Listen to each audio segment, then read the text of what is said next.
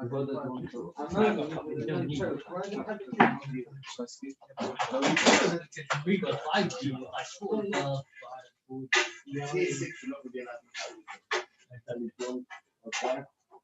something going on. Everyone's got where's all from?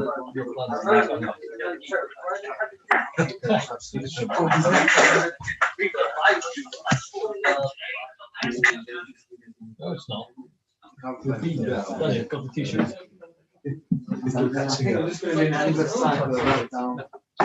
Heavy traffic. It's going to be a much tougher lockdown once you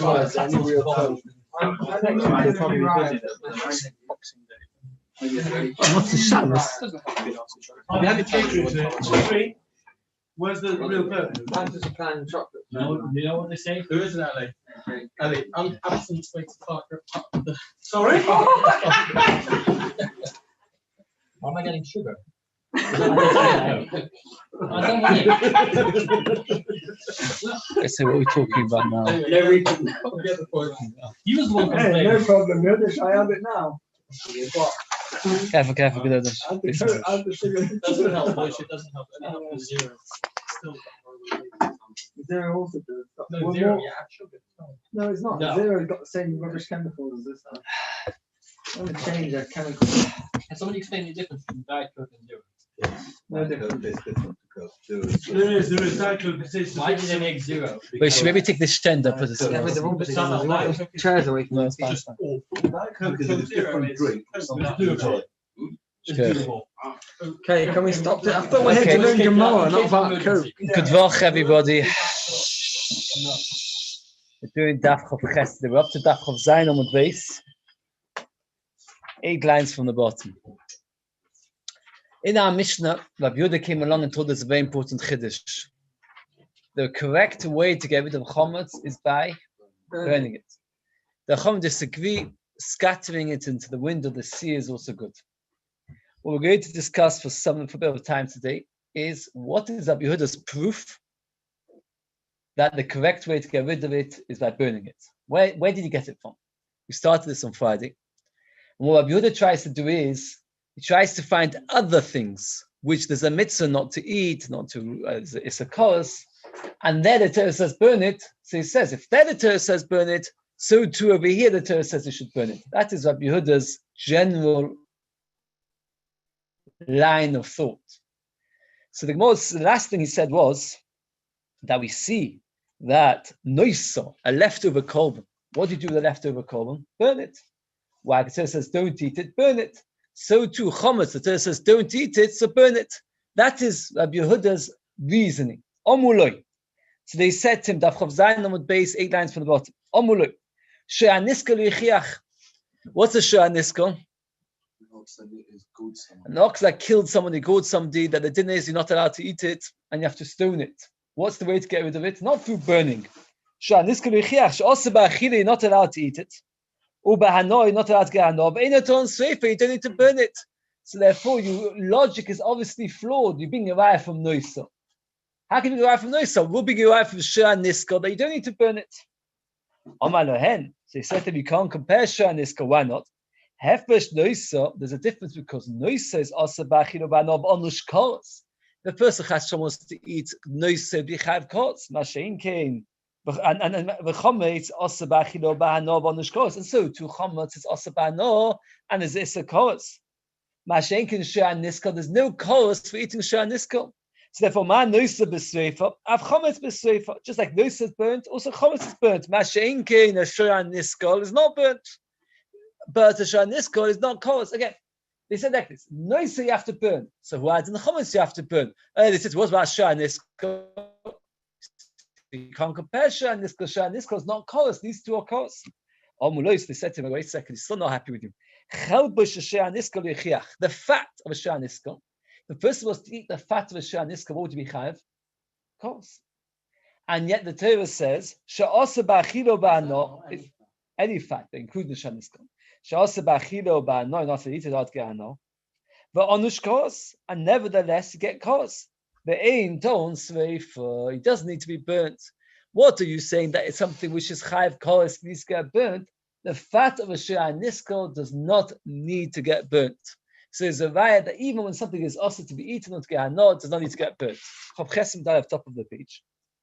So Rabbi Yehuda says, I'll give you a different line, a different logic. Noisa, yesh lebal toisiru. There's an issa to leave over. The chometz lebal toisiru, and the chometz is an issa to leave over. Ma noisa v'seifa av chometz v'seifa. Just like noisa v'seifa of also chometz v'seifa. That means the way the Baba Chalava explains is that there are 4 similarities between noisa and chometz. What are the 4 similarities? Noisa is asa ba'achile, not allowed to eat it. It is also b'hanor because it's hektish. There's chorus if you eat it, and you're not allowed to leave it over. So too, chometz has all these 4 things. Not allowed to eat it, not allowed to get hanor. You're not allowed to leave it over because you have to get rid of it before Pesach comes in, and there's chorus. And just like by noisa you burn it, also by chometz you burn it. Now, what was the questions we asked? For example, the fat of a Shiur HaNiskal. Why is that not a question anymore? Because there's no issa about to seal. The fat of a Shiur HaNiskal is not comparable. Again, what Rabbi Yehuda does is he says, like, find something which has 4 similarities to chometz, and we see that thing needs to be burnt, so chometz also needs to be burnt. And once you find only something which got those 4 similarities, if you find something like that does need to get burnt, then you've got a question. But you can't find anything which has those 4 similarities. What are those 4 things? The 4 things: issa achila, issa hanor, chorus, and the issa to leave it over. And that we only find by noisa and by chometz. And just like by noisa we have to burn it, by chometz we have to burn it. Okay, but the fact is, in those 4 ways it's the same. You can't even go back from Shiur HaNiskal because Shiur HaNiskal doesn't have those 4 things. So they said to him like this. What they do now is a different question. Instead of saying they find him something which has all those 4 things and does not need to get burnt. And that asks a question. According to your words, Yechichu. Let's go very slowly and carefully. What is an Asham Tolu? What's an Asham Tolu? I'm not sure if it eats.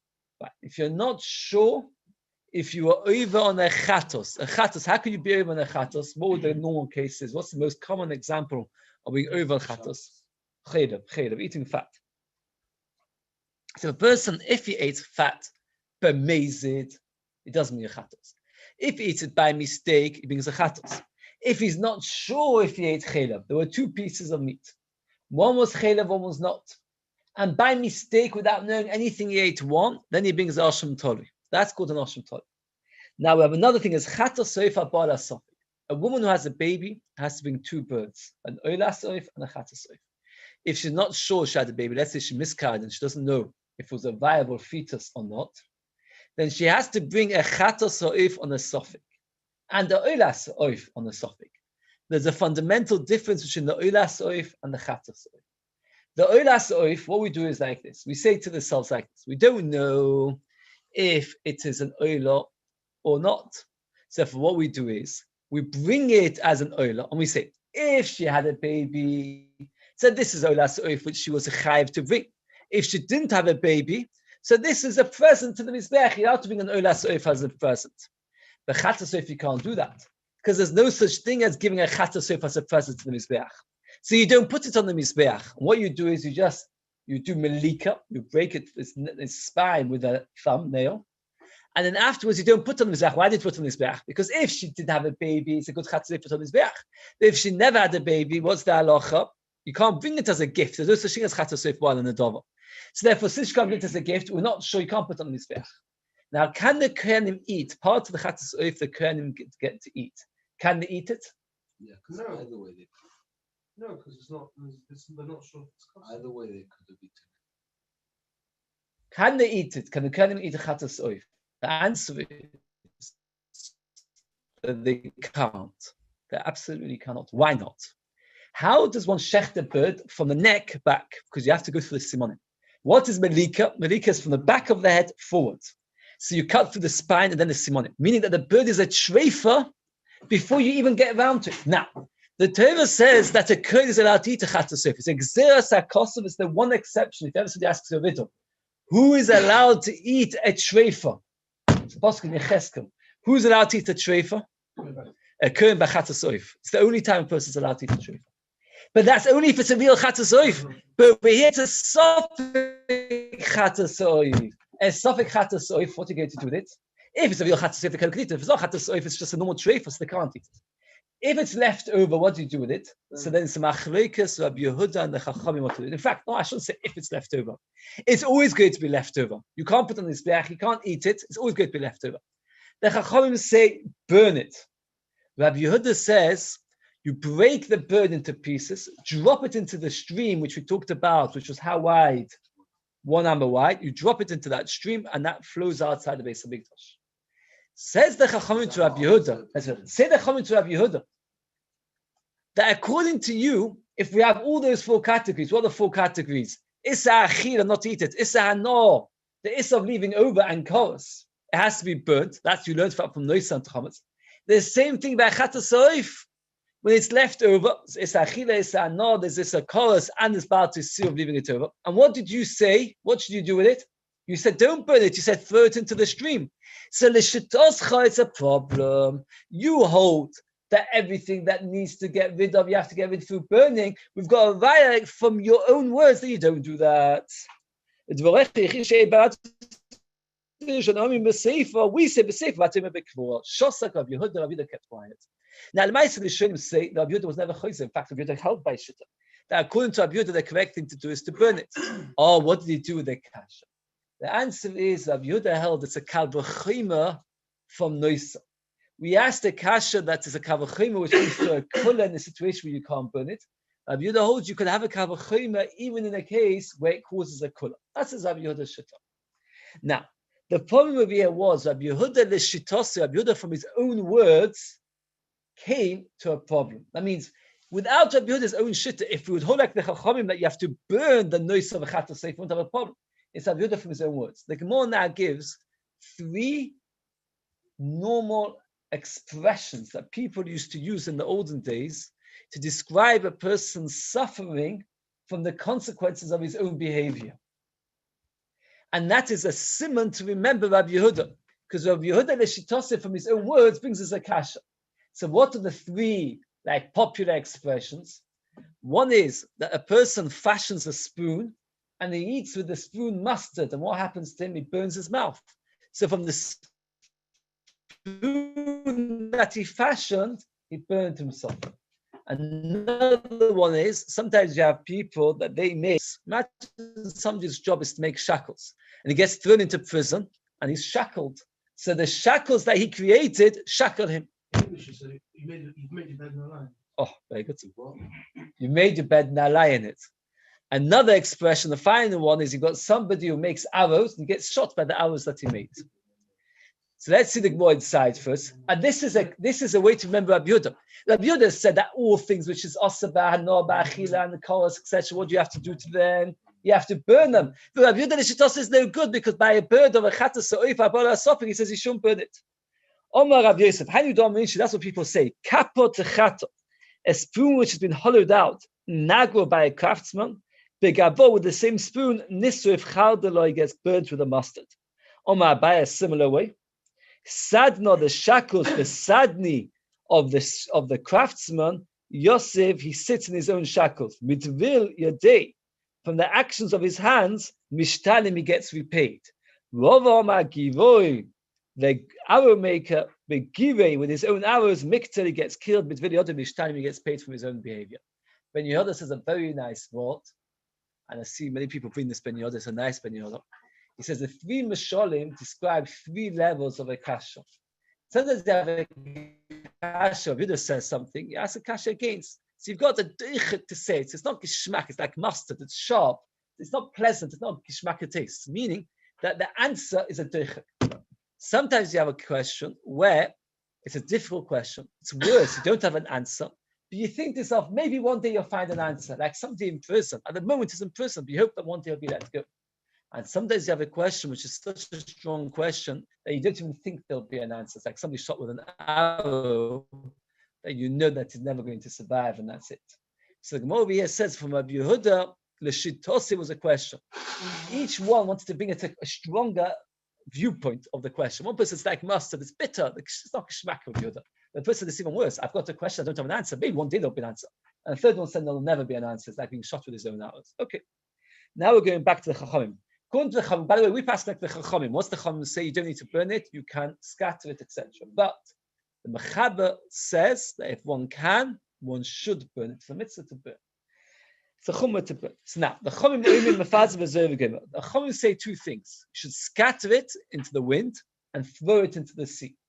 When you throw it into the sea, you first need to crumble it. When you go to the wind, you have to crumble it and then throw it to the wind. When you throw it to the sea, do you need to first crumble it or not? What would you say? When you throw it to the wind, you have to crumble it. To throw it to the sea, do you have to crumble it? What would you say, yes or not? Also, in the sea is harder to get to. So you're going to have to get So we'll ask it as a shaila, and I say what the Shonim say more shaila is like this. It's very similar. You throw it to the wind. If you throw a good piece of bread to the wind, somebody might pick it up and eat it. Throw it to the sea, it's not going to be very geschmack. So that's the shaila of the Gemara. What? And it's harder to get to. Okay, that's more shaila. What's the words of the Mishnah? I don't remember the words of the Mishnah exactly. Or throw it to the sea. You've got the raya. Or throw it to the sea, but maybe that's going on after. That means crumble it and throw it to the wind, or put it to the sea. But you don't know if putting it to the sea is after you've crumbled it. Crumble it as a semicolon or a comma. Crumble it and throw it to the wind, or throw it to the sea, or crumble it and throw it to the wind, or put it into the sea. Crumble it and put it into the wind, or crumble it and put it to the sea. You can put it into the sea as you wish, without crumbling it. But now we have the same question regarding Avodah Zarah. There's a mitzvah to get rid of Avodah Zarah. It's like this. You grind it, because they were not about food, we're talking about metal, so you have to grind it. Scratch it to the sea. We ask the same question. What did he mean? Grind it, you grind it and throw it to the sea. Or perhaps you grind it to scatter to the sea. I mean, the same question we have by chametz, we have the same question by a metal cross. Or with the Zohar, what do you do with it? I've always wondered, nowadays Chag has become very light by us. People don't mind talking about it. In the olden days, it was a terrible, scary time, because they would all go there, learn about how we killed their god. They would lock themselves up in pogroms. Nowadays, it's become like people even have Chag parties. It's become a secular holiday. A public holiday. The truth of the matter is, we have to remember, at the end of the day, it is Avodah Zarah. I imagine, it's a big chilul Hashem, because at the end of the day, they believe that, so to speak, HaKadosh Baruch Hu, the religious, but a lot of the goyim who don't go to the tomb of the holy around do go on Chag. So the fact is, it's a day when HaKadosh Baruch Hu's name is, so to speak, a little bit diminished, I would imagine, in my mind. Right, it's a okay. So also like this. The question is, you might say, if you've got Avodah Zarah, there's a mitzvah to grind it and throw it, get rid of it. So the Gemara now brings two opinions regarding this question. What is the question again? When you throw it into the sea, do you need to grind it first or not? The Gemara gives two answers. Omar Rabba says,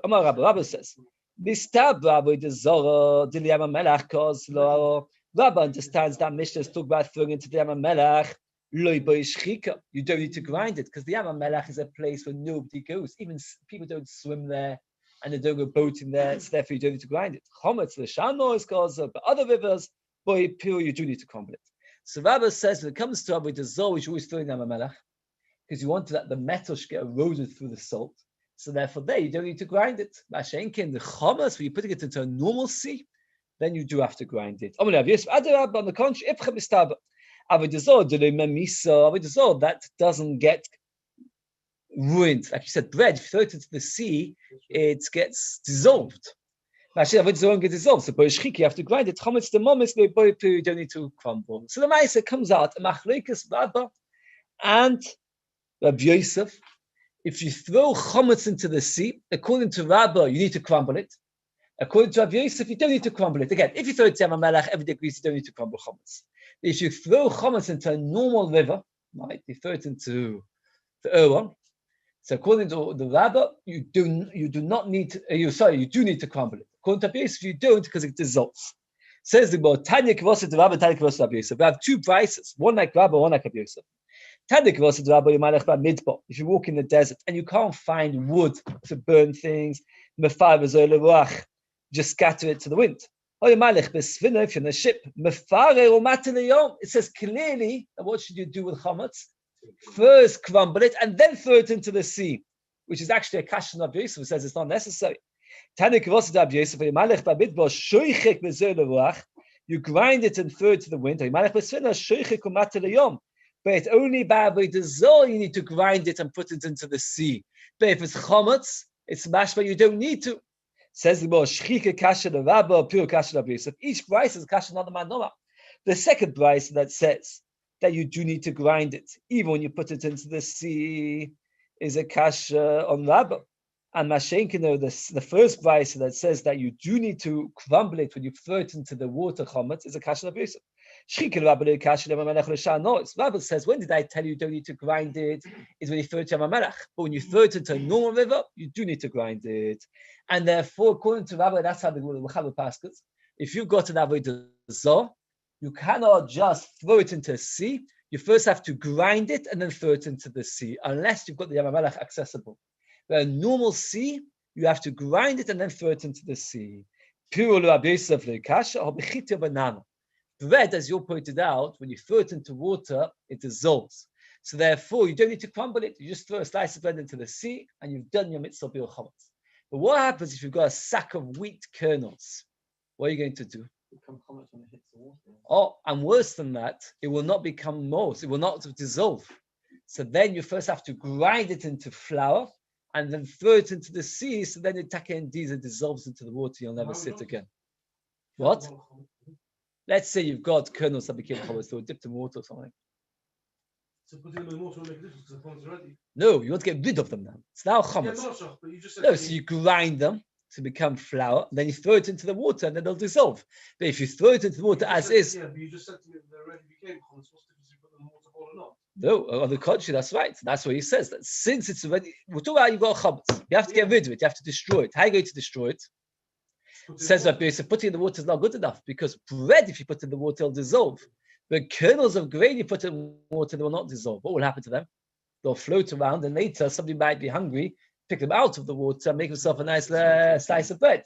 So therefore, what you have to do is you have to grind it and throw it into the sea. We pass it like a rabba, and therefore it comes out that when you've got bread, you have to actually crumble it and throw it into the water. It's not good enough just to throw a piece of bread into the water. Why doesn't the Gemara ask Lim No, because you've got vice limited to those, and you've got one vice that brings two opinions. Here's two separate vices. Okay. Says the Gemara, the Mishnah, a new Mishnah. There are 3 time periods of Issa Chametz, from the middle of the day of Pesach to Pesach, the whole of Pesach, and then after Pesach. So our Mishnah says like this: Chametz shel Nochri, Chametz of the Gosh of Pesach, Mutter ba'ano yad ketano. You should ask me the question: Mutter ba'ano, what about eating? Also, it's mutter. We all eat chametz shovel Pesach. Most of us do, right? You go to Tesco after Pesach, you buy shreddies. It's chametz go along to go. You all eat them, right? We hope most people eat them. It's not It is chametz shel Nochri, belong to a gosh all of our Pesach. Mutter ba'ano. Yeah. So the more ask, but the simple answer is we want to contrast it to a yid that's osabano. There should be sold osabano shlema lo yochol chasor. What? Oh, we'll see. That's a good question. There should be sold of a yid osabano shlema lo yochol chasor. The more discusses what's the pasuk going to tell us. The pasuk Bechor is not teaching us on that halacha. Okay, we'll see. The kids of a yid's chametz after Pesach is osabano. A girl's chametz after Pesach is mutban. It says, well, mani masnis. We're going to have a 3-way machlokes regarding chametz on Pesach. What is Shittas Rabbi Yossi? Does anybody remember? You can have it after Pesach and on Pesach. Very good. Rabbi Yossi holds this interesting Shittas Rabbi Yossi. You're allowed to be nene from chametz on Pesach. You're allowed to get pleasure from chametz on Pesach. That's Shittas Rabbi Yossi. Even if it belongs to you. So let's say, for example, you're walking, a person finds chametz on Pesach. Is allowed to give it to a goy? You're allowed to get pleasure. That's Shittas Rabbi Yossi. Shittas Rabbi Yehuda is that before Pesach and after Pesach, it is a lav. There's an issa lav before Pesach. That means you get malchus of eating chametz before Pesach, malchus after Pesach. And on Pesach, it is also ba'achila, behano, and kos. Shittas Reb Shimon is the Erev Pesach is completely mutter. That means there's no lav on Erev Pesach. Now, this three-way machlokes we're going to go now for the rest of the day, delve into a great depth. But the big problem is that our Mishnah does not fit in, not like any of the three.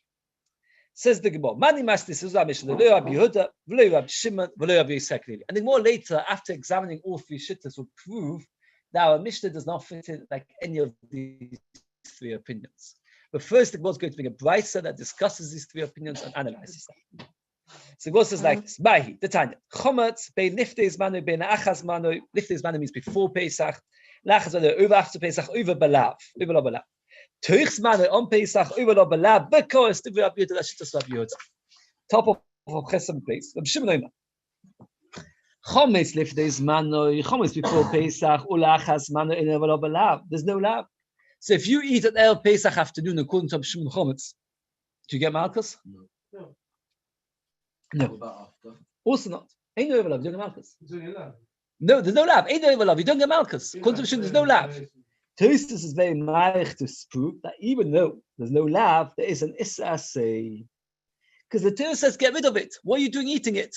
But no lab, you get no malchus. Getting rid Why of does it. it hold that? Ain't no overlap, klum. Nice, what? Why does it hold that? Because what, that's a Pesach? We'll see. The more goes into why it's Shimon Getting Shitta. rid of it by eating. No, but the fact is, if you had it before, no, Well, it's a Tataviru pleasure. is here. Tashpisu, so tashpisu is to get rid of it, not through eating. Tashpisu means destroy it, not eating it. Okay. Turks man overlove because balav. You even cause na la. Umishosh osa ba'achila, when you're not allowed to eat it, osa ba'ano, osa n'tanakama. According to Tanakama, it's just Rabbi Yehuda. When you're not allowed to eat it, you're not allowed to get pleasure. So briefly, according to Rabbi Yehuda, you're not allowed to get pleasure from chametz before Pesach, on Pesach, and after Pesach. According to Rabbi Shimon, you're not allowed to get pleasure from Pesach on Pesach, chametz on Pesach, but before Pesach and after Pesach, you're allowed to get pleasure. I wonder on yourself, how, where in the world did you ever learn that chametz is asa ba'ano all 7 days? Where did you get such a thing from? No such thing. So Yosi holds that chametz on Pesach is mutter ba'ano. Now, just for the record, the Gemara is not going to discuss Shittas of Yosi at all in this page. We did have Shittas of Yosi earlier, not easy to remember. Does anybody remember why did Rabbi Yosi hold that chametz on Pesach is mutter ba'ano? Does anybody remember? Why is chametz on Pesach mutter ba'ano according to Rabbi Yosi? Anybody remember? No, that's right. Awesome, man. What? He says, because the Torah says 3 times the word lecha, yours. To teach you shelcha, that you're allowed to get hana. Lecha, it's yours, you're allowed to get hana. Right. Okay. How do you know that if you eat chametz in the afternoon of Erev Pesach, the pasuk says, I'm going to read the psukim because we're going to dash these psukim a little bit over here, and I want you to see for yourself the machlokes of Yehuda and Rabbi Shimon. We have machlokes of Yehuda and Rabbi Shimon. Is there allowed to eat chametz on Erev Pesach? Right? Imagine Mashiach comes with Mashiach comes here, and we'll have to bring Erev Pesach afternoon. What will we be doing? Being called Pesach. Is an issa deraisa to eat chametz. Let's listen to Pasuk like this very clearly. Pasuk says like this: V'zovachto Pesach la'Hashem v'nekech v'shvil kol Pesach tzinu boko ha'mokum ha'shiv Hashem l'shakin shvil shalom. Being a kol Pesach where Hashem chose. Lo yisuchal olav chametz. Don't eat olav. What's the word olav mean? On it. On it. On what? On the Pashas on the kol Pesach. So it says clearly that what? Before Pesach, you can. Lo yisuchal olav I'm chametz. saying, mashma, That you're not allowed to eat chametz on Erev Pesach. It says, don't eat chametz on the common Pesach. The common Pesach was brought when? On Erev Pesach. Oh, the pasuk continues. Shiva Yomim tuichel olav matzahs. For 7 days, eat on it matzahs. Now, the word olav there doesn't mean on the common Pesach, because the common Pesach is only for 1 day. So therefore, that's a problem. That is a very big problem. What are you going to read the pasuk? That means. Yeah, you should have done it on the 7 days. So therefore, maybe put a pause. On the previous pasuk, don't eat chametz on Pesach. And Shiva Seichel of Matzahs is technically a new didn't eat matzahs for 7 days. Or you could read it, Lo Seichel of Chametz Shiva Seichel of Matzahs, don't eat chametz when you're eating matzahs. Which, if that's the case, you've got no source, you've got no makor to tell you not to eat chametz for Pesach. That is the machlokes of Yehuda Mishim. I say it briefly again. The pasuk says, "Bring a korban Pesach. Don't eat on it chametz. Eat on it matzah 7 days." It's a very problematic pasuk. The first pasuk starts off by saying, "Don't bring korban Pesach. Don't eat on it chametz as masra. Don't eat chametz on the korban Pesach. That's Erev Pesach." But then the pasuk continues, "Eat on it matzah for 7 days." So this is the machlokes of Yehuda Mishim. Now it should be very easy. Let's say it again. We'll say it again. Let's go. Don't eat on it chametz. You're right. Can you say such a thing? The pasuk continues. The pasuk which you are quoting continues. Don't eat on it matzahs, and it can't possibly mean don't eat on it matzahs for 7 days on the korban Pesach, because the korban Pesach is brought before Pesach altogether.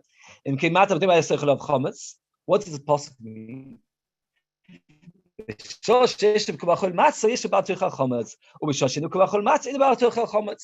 Rashi explains Rabbi Shimon means the pasuk the other way around. The Torah says like this: bring the korban Pesach on Erev Pesach. Don't eat chametz, eat matzah. How long do you have the mitzvah of eating matzah? For how long? The answer is, as long as you're not allowed to eat chametz, you're not allowed to. You have to eat matzah. Just like the issa of eating chametz lasts for 7 days, so to the mitzvah of eating matzah lasts for 7 days. So Rabbi Shimon learns a completely different thing from the pasuk. Rabbi Yehuda learns from the pasuk, don't eat chametz of Erev Pesach. Rabbi Shimon says, no, don't.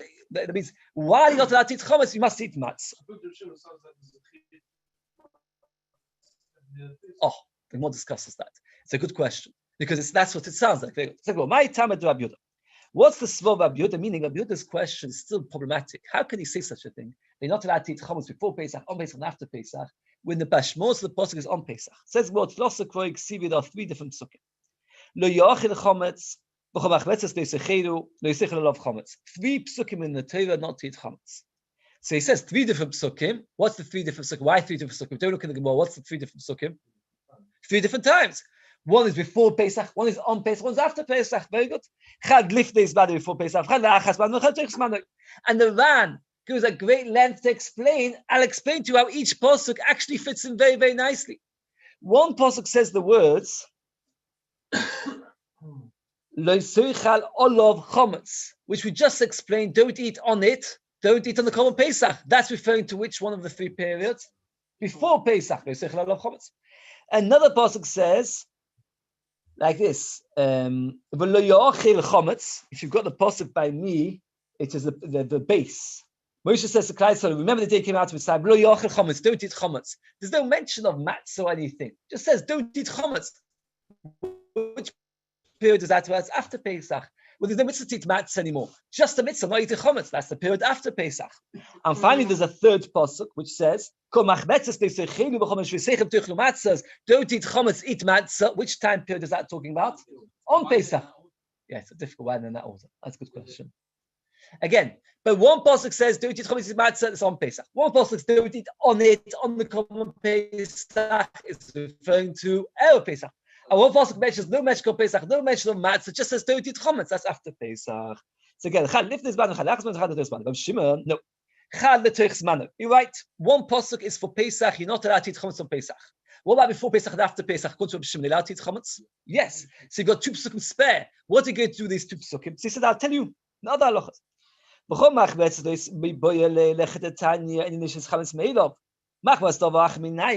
if you use not wheat to make things chametz? The older days, they sometimes used to use old peels of grapes, and that would create chametz. Now, what happens if you take a dough, and it's not rising, and you take fermented grapes and you add it to your dough and it becomes chametz? How do you know that it's chametz? How do you know you're not allowed to eat it? That's what the podcast has to say. Anything which rises is not allowed to eat. Lo yachil chametz.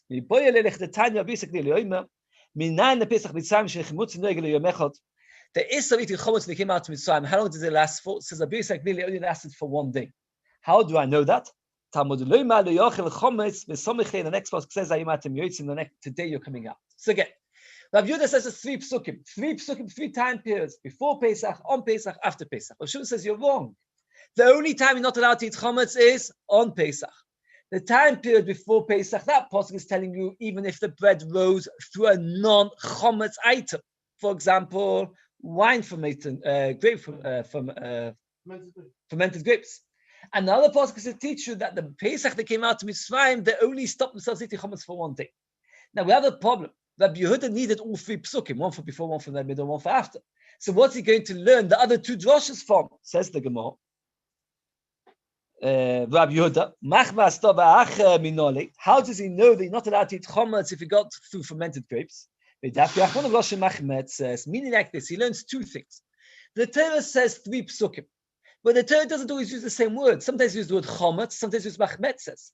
From the fact that the Torah changed the expression, we learn two things. One is the Torah says don't eat chometz. That tells you probably before Pesach. Furthermore, the Torah says it's an expression, not chometz, but machmetzes, to teach you that not only normal chometz, but even the chometz that became from fermented grapes, that's also no good. So what he gains is that Torah is telling us two things from one pasuk. One from the fact that Torah tells you it's forbidden, and one from the fact that the Torah uses a different expression. How does he know that Allah that they only kept away from chometz for one day? And says, well,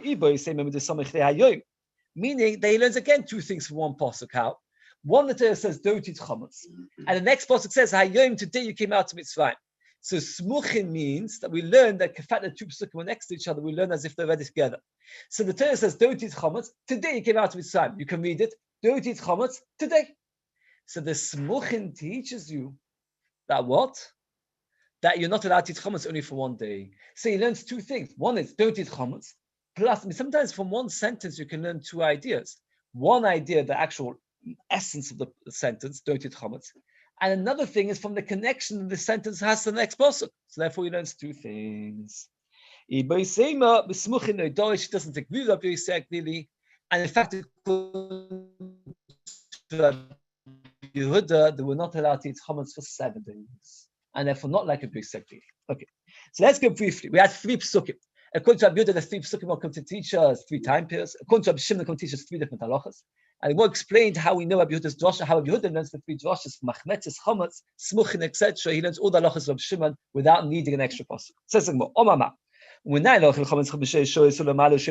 Say, how do you know if you eat chometz in the Pesach you're even allowed? It says, don't eat on it chometz. On it is referring to on what? On the common Pesach. Don't eat chometz is a right, not allowed to eat chometz in Pesach. That's what Yehuda says.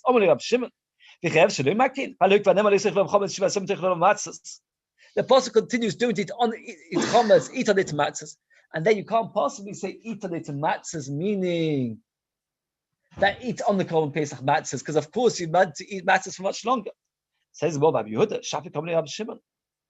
Rabbi Yehuda, your Rabbi Shimon said to you a good question. What are you going to reply? Meaning like this. That Rabbi Yehuda says the pasuk is teaching us 2 separate things. First, the pasuk says bring a common Pesach. Then the pasuk says don't eat on it chometz, meaning what? Don't eat while eating common Pesach. Don't eat chometz, meaning that chometz is also there Pesach. Then the pasuk says eat matzah. That's a new halacha, meaning like this. Today we don't bring. This last year we didn't bring a common Pesach. There's a havam in it that you don't bring a common Pesach, you shouldn't have to eat matzahs either. Why not? Because the pasuk says, eat the common Pesach al matzahs umroivim yochlu. Eat the common Pesach al matzah more. If I don't have common Pesach, I don't have to eat matzah. Says the pasuk over here, Shiva matzahs on the chometz, on the issa of the chometz, you have to eat matzah. And then it already told us many times that the issa of chometz, the Torah never connected it to the issa of common Pesach. So therefore, since the Torah says on the issa of chometz, eat matzah, it's teaching us that you're not allowed to, that you have to eat chometz even nowadays when we have no common Pesach. How does he know that you have to eat matzah nowadays? Matzahs, the pasuk says you have to eat matzahs the night of Pesach. Why does he need 2 psukim? If a person, for example, is tummy, so he can't come Pesach. Alternatively, he lives far away from Yerushalayim. So he can't come Pesach, he has to eat matzah. Since he's not going to eat come Pesach, he shouldn't eat matzah more either. So therefore we have 2 psukim. One to tell us So I want to tell us that Bisman Hazeh. And so I wanted Rabbi Yehuda says he needs it for Tomish of Derech HaChoika. And Rabbi Shimon has two separate drashas. Again, Rabbi Shimon Tomish of Derech HaChoika Leitzirko. The Torah tells us by a person who didn't do Bismillah. Rashi explains we're talking about somebody whose brothers died from Milah, so he couldn't do Bismillah. So he's not a Rosh in any way, but he's still not allowed to eat Korban Pesach.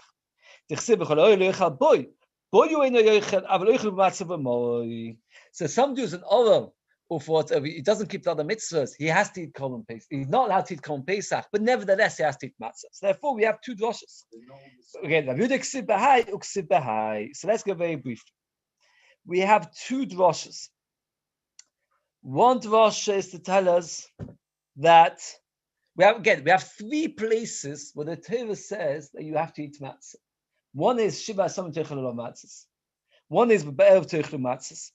And one is V'chol Oil Lo Yochal Boi. Three different psukim. And we have three different scenarios when a person did not bring a Korban Pesach. One is nowadays.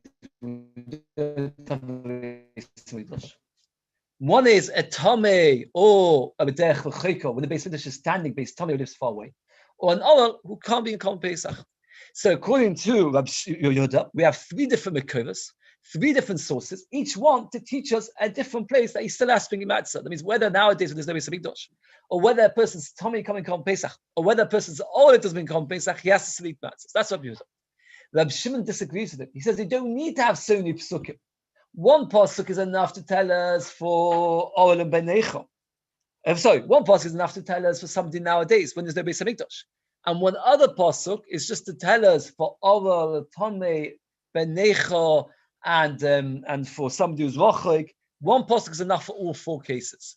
So therefore, you have one pasuk spare. What's that pasuk coming to tell us? It's coming to tell us that Shiva Samim Teichel Olav Matzahs is that when the pasuk says eat matzahs, it's only on Pesach you've got a chiyuv not to eat chometz. And when the pasuk says they seichel olav chometz, Shiva Samim Teichel Olav Matzahs is referring only to the days of Pesach itself and not to Erev Pesach. So Rav Shimon holds the stack and no issa to eat chometz on Erev Pesach. So again, we have the pasuk says bring a Korban Pesach. Then the pasuk continues, don't eat chometz on it. And the pasuk says eat on it matzahs. According to Rabbi Yehuda, very briefly, Rabbi Yehuda says bring a Korban Pesach. Don't eat on it chometz, meaning don't eat chometz on Erev Pesach. And the pasuk says Shiva Samim Teichel Olav Matzahs. That, according to Rabbi Yehuda, is coming to tell us that nowadays you have to eat matzahs even if you've got no Korban Pesach. Rabbi Shimon says no. The pasuk says like this: don't eat on it chometz 7 days. Eat on it matzahs. That means that the mitzvah of eating, the mitzvah of eating matzahs all 7 days, as long as the issa of chometz, not just the first day. And the pasuk doesn't teach you anything about the mitzvah of the fact that nowadays we have to eat matzah, and that we learn from Be'erev Teichel Matzahs. Rabbi Yehuda uses Be'erev Teichel Matzahs for Tomei Derech HaChoika. Rabbi Shimon learns Tomei Derech HaChoika from the same place as he learns Olu Benecha. Rabbi Yehuda has different psukim. The Rashbam in Daf Kuf Chof asks the kasha, why indeed do Rabbi Yehuda need to have so many psukim? And he gives a complicated cheshbon. One tiny cheshbon, very ancient cheshbon, is like this: that a Tomei and Derech HaChoika will still bring Pesach Sheni. Since he'll still bring Pesach Sheni, you might have thought, let him not bother with Pesach Rishon, because he'll do Pesach Sheni. Ma'ashik and the Olam Ben Necha are never going to have Pesach Sheni. So therefore, you might have thought that, of course, therefore it's obvious they should keep. If the Torah only said by one of them, you'd have said it's only by Olam Ben Necha. You wouldn't have learned by Tomei Derech HaChoika. You need to have two psukim to tell you that even though Tomei Derech HaChoika was going to keep Pesach Sheni, still has to keep Pesach Rishon and Gabim Matzah. I think it's kedai to stop here. Even though it's Shabbos to go a bit further, but yeah, I think we'll stop here. We'll stop here because then it's a whole question. Oh, very good. We'll stop here. Mani Masdis. We have to Mani Masdis in the bottom line of Daf Rav Chosmo base. Yes.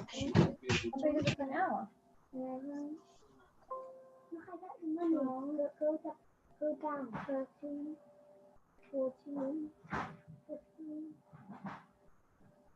No, he can wait till mommy comes and opens the door. 1, 2, 3.